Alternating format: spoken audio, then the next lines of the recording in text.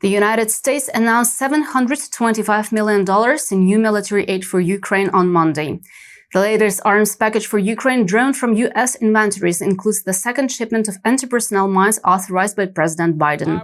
According to the Department of Defense, the 71st Presidential Drawdown Authority package consists of air defense missiles and javelin munitions, TOW and AT-4 anti-armor weapons, a counter-drone stockpile, 155mm artillery shells, and equipment to protect critical national infrastructure.